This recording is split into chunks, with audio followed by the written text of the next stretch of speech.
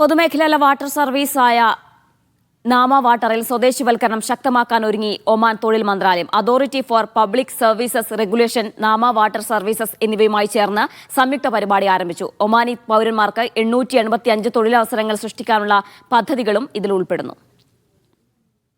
തൊഴിൽ മന്ത്രാലയത്തിലെ മാനവ വിഭവശേഷി വികസന under secretary Said Salim bin Musallam al Busaidi, Nama water services CEO Qais bin Sayyid al Sakhwani, APSR chairman doctor Mansoor bin Talib bin Ali al Hinai എന്നിവർ ഔപചാരിക കരാറിൽ ഒപ്പുവെച്ചു.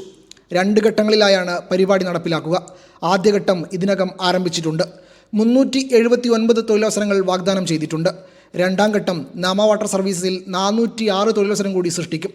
ആദ്യഘട്ടത്തിൽ തിരഞ്ഞെടുക്കപ്പെടുന്ന ഉദ്യോഗാർത്ഥികൾക്ക് അടുത്ത ആഴ്ച പരിശീലനം നൽകുമെന്ന് സഖ്വാനി സ്ഥിരീകരിച്ചിട്ടുണ്ട്. 84% ഒമാനൈസേഷൻ നിരക്കാണ് പരിപാടി ലക്ഷ്യമിടുന്നത്.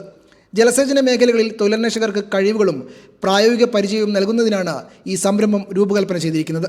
തൊഴിലവസരങ്ങൾ തിരിച്ചറിയാനും ആവശ്യാനുസരണം കഴിവുകൾ വികസിപ്പിക്കാനും പ്രത്യേക പരിശീലനം നേടാനും ഉദ്യോഗാർത്ഥികളെ സഹായിക്കുക എന്നതാണ് ഇതിൻ്റെ ലക്ഷ്യം. തൊഴിലിന് ആവശ്യമായ മാനദണ്ഡങ്ങൾ പാലിക്കുന്നുണ്ടെന്ന് ഉറപ്പാക്കാൻ പങ്കെടുക്കുന്നവരെ വിലയിരുത്തുകയും ചെയ്യും.